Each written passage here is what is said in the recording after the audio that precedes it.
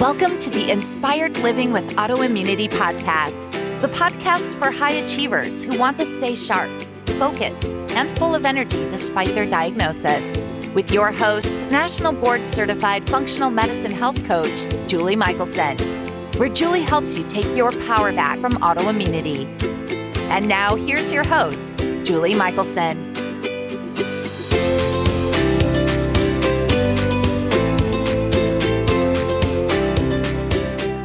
Welcome back to the Inspired Living with Autoimmunity podcast.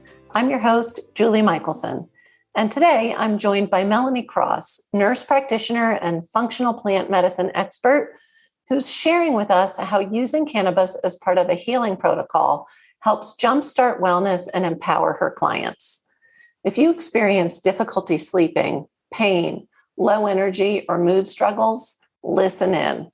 We talk about how to incorporate plant medicine into your functional approach to healing the root cause of your illness and who is best suited for this approach. Melanie, welcome to the podcast. Thank you so much for having me. Excited to be here.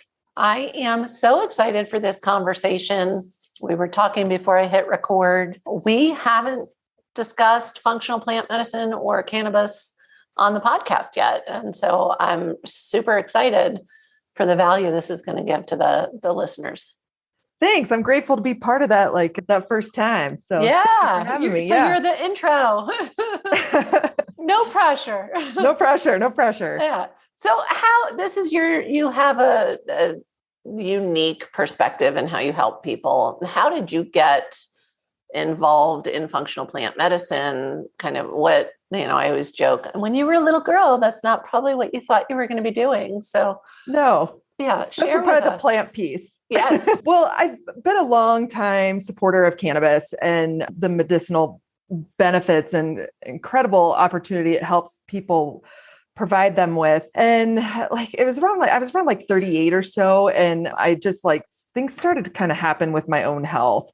I had this horrendous brain fog. I'm starting to feel kind of anxious. I had this weight that I was holding on to, but in spite of all these things, I wasn't sleeping. And I hadn't been sleeping for really since for about 7 years. My kids were 5 and 7 at the time.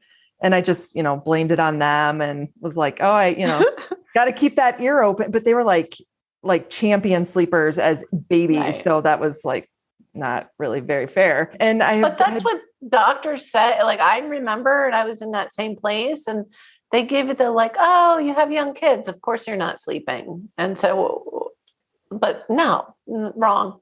Right. Or you're getting older, that sort of thing. At 38. Okay. At 38. Yeah. But, I'd spent at that point, 20 plus years in conventional medicine and about half that time as a nurse practitioner in primary care. And I knew how the story was going to go. Right. Because I'd seen it. I inadvertently handed that out to people. So, you go in and I'd tell my story and, they'd maybe they'd run some labs or not, or, check my TSH and tell me they're checking my thyroid, tell me everything's fine. And, offer me an anti-depressant and send me my way. And I was like, no, this can't be the only answer. And so I decided to solve my own sleep, starting with cannabis. And with a week, I was sleeping solidly through the night. And it hadn't been it was the slightest little noise would wake me up. And I wouldn't, I had no problem falling asleep because I was so exhausted. However, once I woke up, and it was always the same time at 3 a.m. And then I would start this negotiation with myself, okay, if I fall asleep right now, I can still get. Yeah. I know that conversation.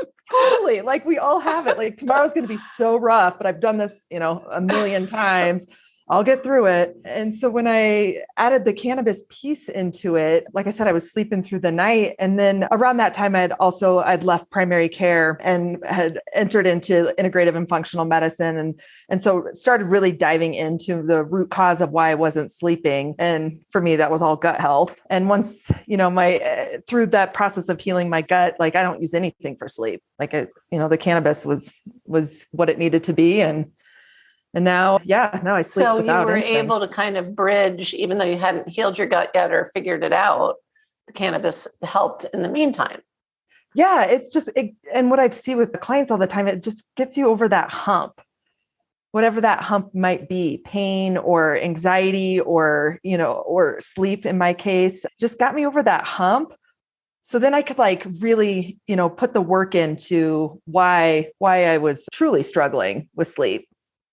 Wow, that's amazing. Thank you for sharing that story. Yeah. I think bits and pieces all of us can relate to in one way or another. And what I see, sleep is so huge that, whether it's gut or stress or whatever the other stuff, eventually sleep becomes a challenge, especially in the autoimmune community, in one way or another. And it's that kind of syndrome of, I'm so fatigued, but I'm not sleeping well. And so I'm really excited to dig in and learn more. Yeah. I mean, as you know, too, like when you're not sleeping, everything else is it's so much harder. Sure.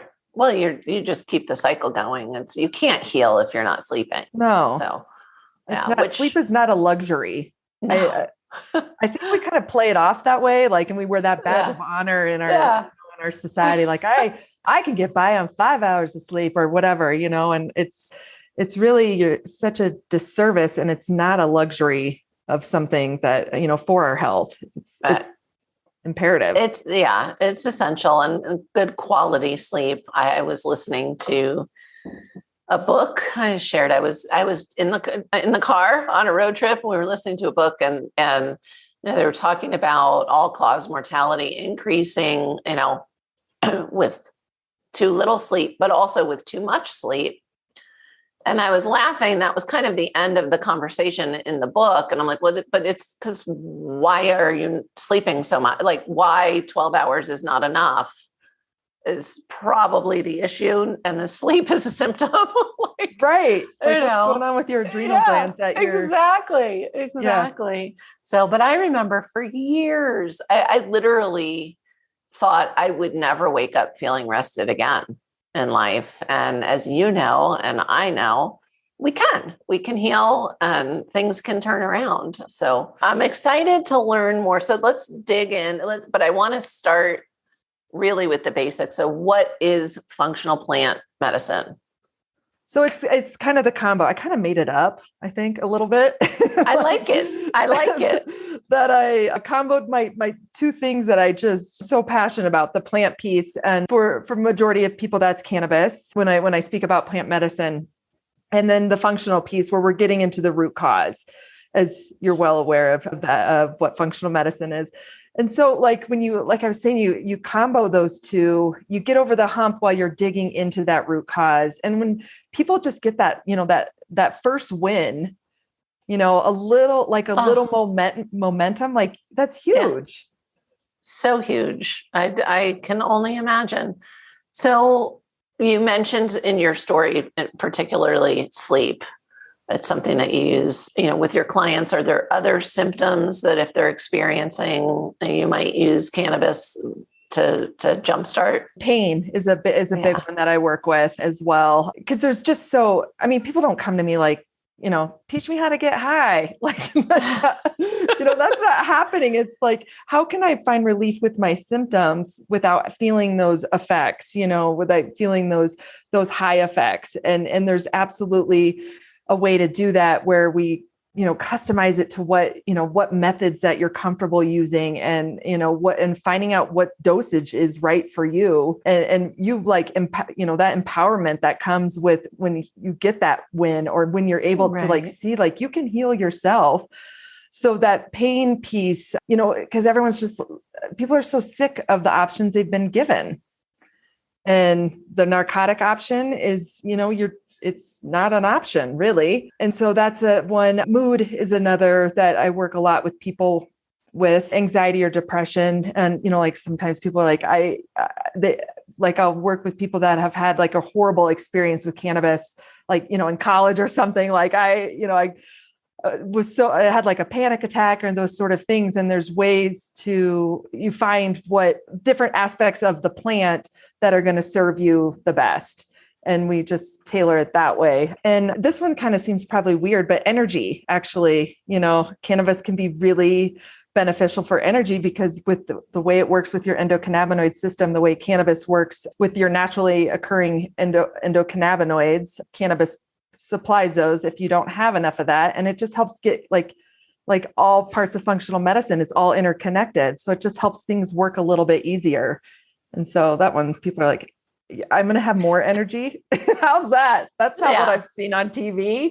Well, and I think that goes back to when you mentioned, if somebody experimented in college or, and you think of sitting on the couch and so let's talk a little bit about, I know when I was still experiencing a lot of pain, I found, and having issues with sleep, I found that high quality CBD helped me double my deep sleep that I was getting, and which was definitely part of my healing journey, help with pain. And you're talking about the whole plant, also THC, but it sounds like, so you're playing with different combinations of different parts of the plant, depending on what somebody needs. Is that accurate? That is accurate. And so in Colorado, it's like companies are getting a little bit better at this, but they're not very transparent, as far as what's in products. Right. And it's pretty frustrating. With CBD, that's different. You should always, any CBD you ever use should always have a certificate of analysis with the products. So you will know exactly what was in there, what was tested. But a lot don't. I mean, there are plenty of really good companies that are easy to access and find now that do, but people will say, oh, well, I've tried CBD. And I'm like, well, what do you have? And it's, I don't know, someone down the street made it and stuck a sticker on it. Right. I got it at night when my oil changed. Yeah. Totally. Yeah. Right. So that is a big lesson. If the company doesn't provide the certificate of analysis, or it'll say COA, then that is a huge, huge red flag. So I run from those companies. And so if that's kind of, I guess, to kind of go back to your question of using different parts. So tinctures, and I love to use tinctures because you can just dial in that dosage so specifically. They don't always, say everything that they have in there. They don't say, I would reach out to companies and they'll just say oh, we're following the legal limits on pesticides or molds or heavy metals. I was like, well, I don't want any of it, Right. Can you tell me that? And, I also look at the method of extraction, to make sure that these solvents that they're using for extraction are no longer in the finished product as well. I don't like dosing with edibles for a medicinal, a treatment kind of approach. Edibles are really hard to, again, companies are getting better, but if you have a jar of edibles and it's 100 milligrams, for example, and there's 10 pieces, not every, it's not each piece has 10 milligrams. One might have 8, one might have 12, one might have 6, and it's all different. And within that bottle. And when you have an edible, you're committing, you're right. And if you're using it for sleep, most edibles are mixed with sugars and different things that are going to disrupt your sleep and disrupt your gut. So I'm not a big fan of edibles for those sort of things like pain or for sleep. The best, which a lot of people aren't really comfortable with this, but the best method that you can get so specific on what you're trying to work on is inhalation. Because you can look at, different strains, or it's called a chemovar, of a plant, and look at what is called their terpene profile. And so the different parts of the plant, if it has limonene in it, or if it has pinene in it, or, beta caryophyllene is one that's really good for pain, for example. You can look and see there's a higher percentage of this terpene and there's less of this terpene. And so then that could be a good option for whatever you're looking to work on. Is that pain? Is that anxiety? Is that sleep? Is that just joy? I think that we can just we don't. Joy is healing. Joy is so healing, and cannabis can be really helpful for laughter and joy. So I like to say, like, I've never met a grumpy stoner. So, Right. So true. but that can be a good option for pain. Patches. I've had a lot of success with people with patches. And there's, because and in particular, like if something has THCA in it, which is an acidic of THC, then you don't have the psychoactive effects, the high effects of the THC. You get the pain relief, but not the other effects. So people can use these patches, like, and just, I had a client that had a bunch of back issues and RA on top of like osteoarthritis, and pain patches were great while we were digging in to that root cause. So where does, we're having this conversation virtually, but we also are both in Colorado. And so, where does somebody even access stuff like that? Or is that we're working through a provider like you? And I always recommend anyway, but it's a science. I mean, you're talking about specific terpenes and different levels and addressing different, targeting different symptoms or different desired outcomes. But, where do people start? Some dispensaries are better than others. In Colorado, I don't know if they're employing nurses in their dispensaries. I don't believe they are. I'm part of the American Cannabis Nurses Association. And I know in a lot of other parts of the country that there's a partnership with dispensaries and medical providers on staff ready to help people. That's brilliant. It is brilliant. That's exactly how it should be. I mean, you have here in Colorado, you have medical cannabis dispensaries, or some that are both medical and recreational. It would make sense for there to be educated medical personnel connected with them. Yeah, totally. And then I understand the liability around that too, because it's not, I like when I work with people, I have to know your history. Right. Because cannabis is not for everyone. It interacts with medications, and I always want people to have a very positive experience when they go through, especially if they've never done anything around cannabis or they've had such a negative experience before. There is a wonderful community, and I believe he's in Vermont. I always forget if it's Vermont or New Hampshire. Dr. Dustin Sulak, Sulak is how he spells his last name, but he has a company called healer.com.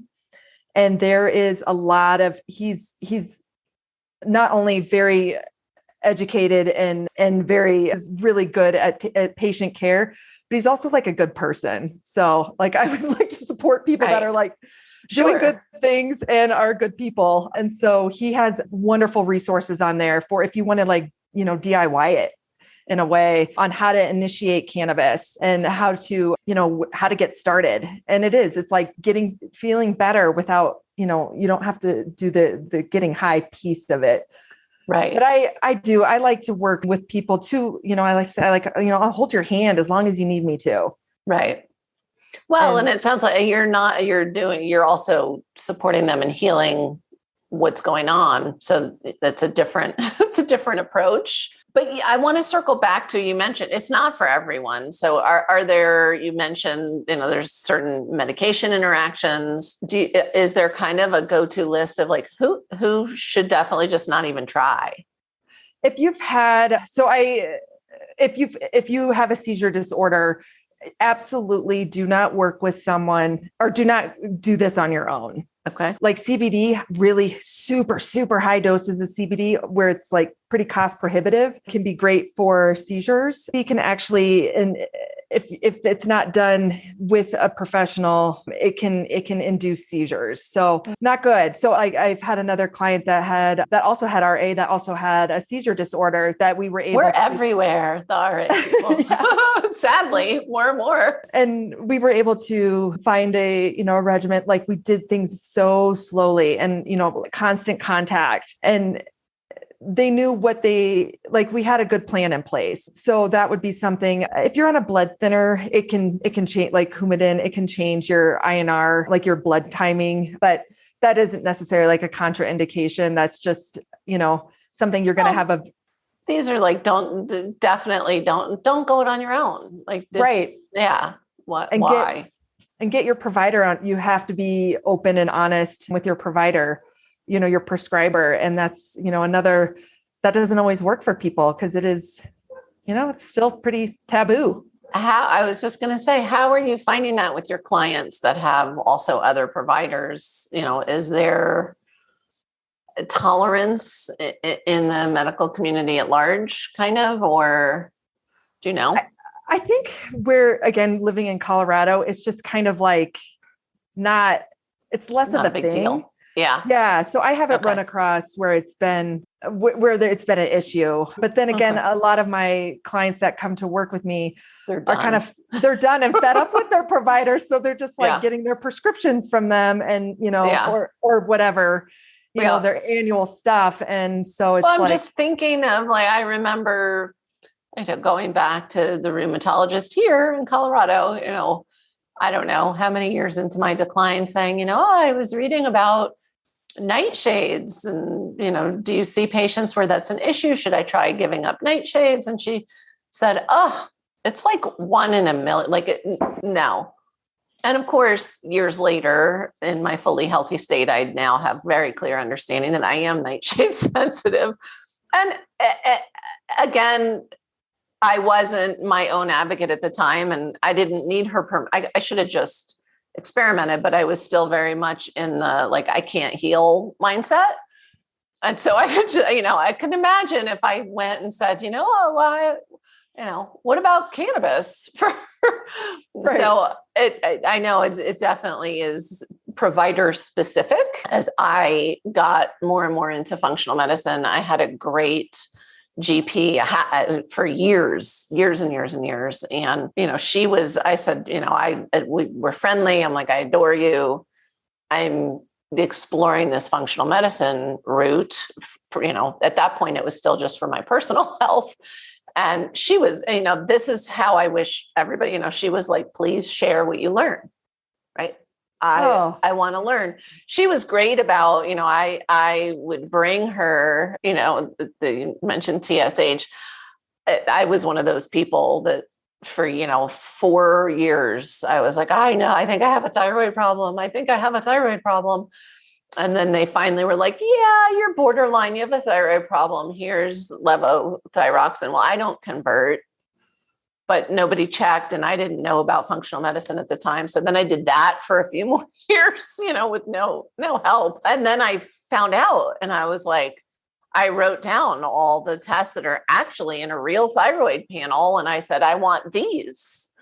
And she was happy to run them, but then didn't know what to do with them. Right. Yeah. That's something that's in range. Right. And so, I love when doctors are open. I get like, oh, we're moving in the right direction. And then I had a client tell me recently, she has, I think maybe 8 autoimmune diagnoses and we've been working together for a while now and she's doing amazing. And she went to the rheumatologist and he asked how her pain was. And she said, it's gone. And he literally said, he put his hand on her forehead, like joking around, like, do you have are you okay? Do you have a fever? Not, oh my gosh, that's amazing. What have you done? Right? Like how now? And I was like, I would never go back to that. Like that would have been it. Like I would have left right then and there and never gone back. And so there's a mix. There is. And I know when I worked in primary care, it was like, I saw 20 and I worked in a part of it was a refugee clinic. So it was majority of my patients were non-English, non-Spanish speaking. I would see 26 patients a day. So if somebody would come to me and be like, I found something that works. I was like, please, let's do that. Yeah. Like, like anything. And so I love hearing the story of the people that are open to that. And it's just, hopefully we're moving more and more that direction. And I think hopefully the people that are really resistant are kind of like retiring. Yeah, exactly. They have to age out at some point, right? That's kind of the hope. We were just total aside, but it was cute. We were traveling and went downstairs at the hotel. They had a breakfast and turned around and there was this doc in scrubs, an older gentleman. He literally looked like Santa Claus. And it was so cute, but also so sad because it was like, he was definitely not the picture of health, but he was what you think of as like that classic old school Western dog. Mm-hmm. It was perfect. It was really cute. So sleep, energy, pain. I mean, these are all like neon keywords for autoimmunity. You know, you mentioned the endocannabinoid system. And one of the things that I've always found fascinating, you touched on it with you can actually build energy or improve your energy. I think of it, I'm not educated in this world, but from what I've seen, I think of it as a balancing. Right. So it's not that cannabis does this or that, or it just, to me, helps your body balance and do what it's supposed to be doing. Is that for total layman? Is that accurate? No, that's spot on because it is, just things are getting out of balance. Like everything else, your body's meant to be well and stay well. Your body's meant to produce these endocannabinoids on its own. And then different things, stress is huge. Any inflammation going on in the body, that's going to offset the endocannabinoid system. And then it doesn't have those receptors are open and there's nothing coming in to fill it. And so it's like the endocannabinoid system is like, its job is to create homeostasis. Okay. Yay. I got it right. You got it so right. It's so perfect. I love it. So, and I want to be clear because I'd like to be clear. You're not saying like, hey, just go smoke cannabis and you're going to heal. And again, this is jump-starting healing when you're working with other people on other lifestyle factors and root causes to heal those. Right. And some ways that you treat your endocannabinoid system are all the lifestyle stuff that we always talk about with our clients, and the functional medicine lifestyle stuff, the stress reduction, the mindfulness, the, tapping into the vagus nerve, the joy. I'm glad that you're like, the joyfulness and laughter and just all the nutritional pieces. So it's just one piece. This can be one option for people to really feel that empowerment that they do have the ability to heal their body. I work with plenty of people who, for whatever reason, don't choose cannabis. Right. And you can still absolutely heal your body without. It's not like, essential. Not essential, but it can sure make, like I said, it makes it easier and I think a lot more fun. Well, and back to the joy. Yeah. The healing journey is usually not a straight line. And often, people are like, well, how long until I feel better? And I'm like, how long have you been sick? And that doesn't always correlate either. But to have something that can, like you said, give you that win. I joke, it sounds so crazy, but I'm like, oh, maybe I'll switch the approach. I have a lot of clients that some of their weekly homework is to watch sitcom, they pick whatever it is. Usually it's something like I Love Lucy or, something from the past, some silly, funny, because they need to create joy. Like they don't even remember how to laugh. And so joy is so healing. I'm just going to be like, hey, you should call Melanie. Let's get this going. But how does it, we kind of talked about it as this regulator, right? Balancer, equilibrium. How do you use it to build immune resilience? Because that's really what we're going for. Well, if like with all aspects of immune resiliency, if you're giving your body one less thing to do, then your immune system can just be what it's intended to do, is just like tolerate, right? And not react. Love it. And so if you have this endocannabinoid deficiency because of stress, because of inflammation, because of poor nutrition, because of, XYZ, if you can replace that deficiency with cannabis, then your body's like, okay, I don't have to worry about trying to balance this piece of it. It's like an open program that's running in the background all the time if there's that void. Totally. Mm-hmm. I'm pretty sure I know the answer to this, and I'm hoping the answer years down the road would be different. How can somebody, is there a way to know, like, oh, I have a deficiency? I'm guessing there's not a test for that. Not that I'm sure there's somebody's working on it. I'm sure it's somewhere. coming. Yeah. Which will be fun, right? Because then you can be like, no, look. Yeah, totally. Like some of the best research on cannabis comes out of Israel, and I'm sure there's somebody working on it. I don't know. There are genetic SNPs to see like how you metabolize or not cannabis. That I do know. So, I mean, that could be helpful, like, for people that like, they're super metabolizers or not when, figuring out. But usually it's just like, let's just start slow, like start low and go slow. Like I do with everything, like if you're starting a supplement or you're starting any new habit, like let's pick something. Number one, let's like master showing up for ourselves and like, okay, I'm going to do this for myself. I mean, if we all could do that, we wouldn't have gotten sick in the beginning, I always say that's like the biggest thing I work with everybody is like, no, it's not only okay to show up for yourself, it's essential. This is what we need to do. Totally. I love that. I love that.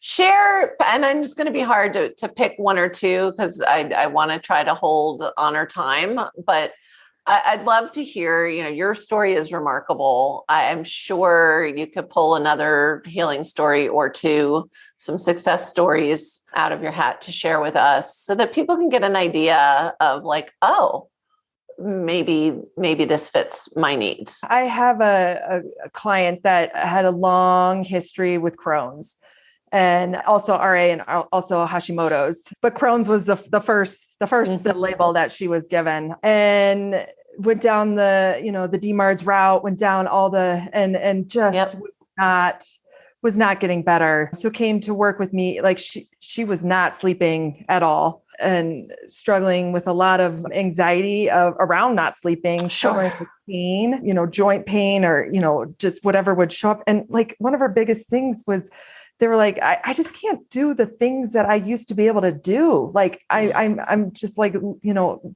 having this grief over my life that what it once was. And we like, when someone comes to me and they're wanting to use cannabis and see how that's like what we do, like step one.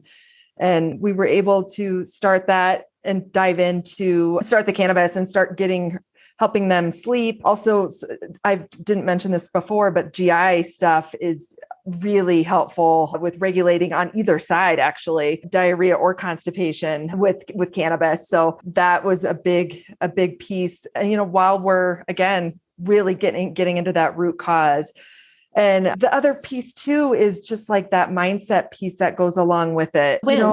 The wins and knowing that you do have this ability to heal. So, I mean, they no longer use cannabis for sleep. They no longer have any pain. They'd been off the prescriptive medications for Crohn's, but have not had a flare in over a year, I think. And, it's all the mood things and just like then they were telling me about, they got recruited for a job and like asking for like kind of what they thought was a crazy amount of money for their set, but they're like, I had the confidence to do that. Not only they got that, and they've had raises since then. So it's just like, they're like, I know I would not have had this confidence in myself because I had just put this label on myself. Like, this is, I'm this person with autoimmune conditions and, I'm just going to have to try and do the best I can and get through things the best I can. And they can do all the things they want to do now.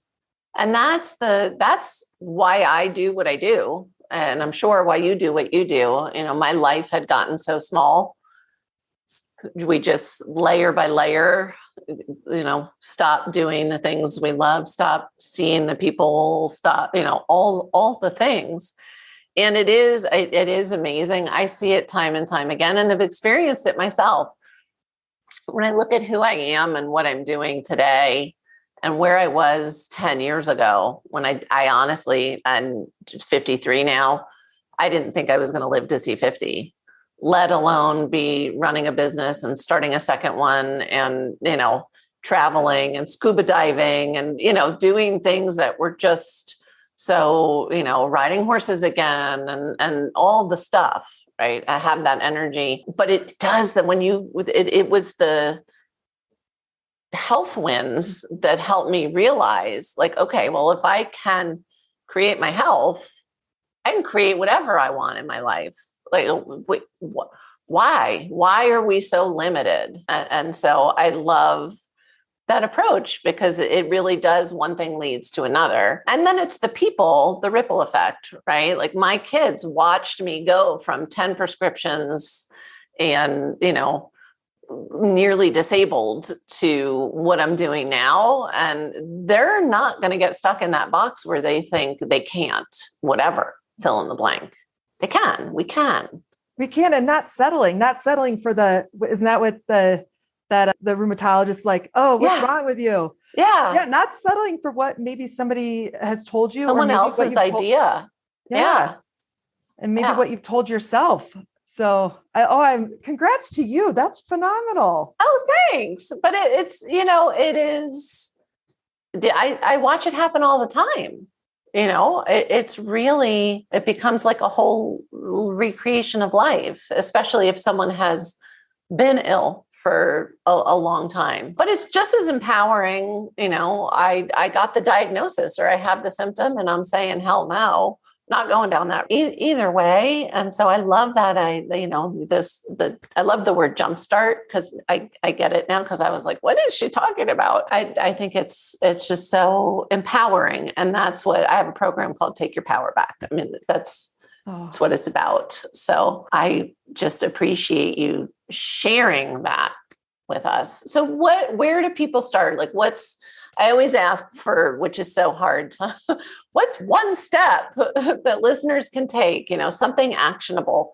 What can they do if they're intrigued, if they're like, and maybe it's not going to be cannabis related. It could be anything.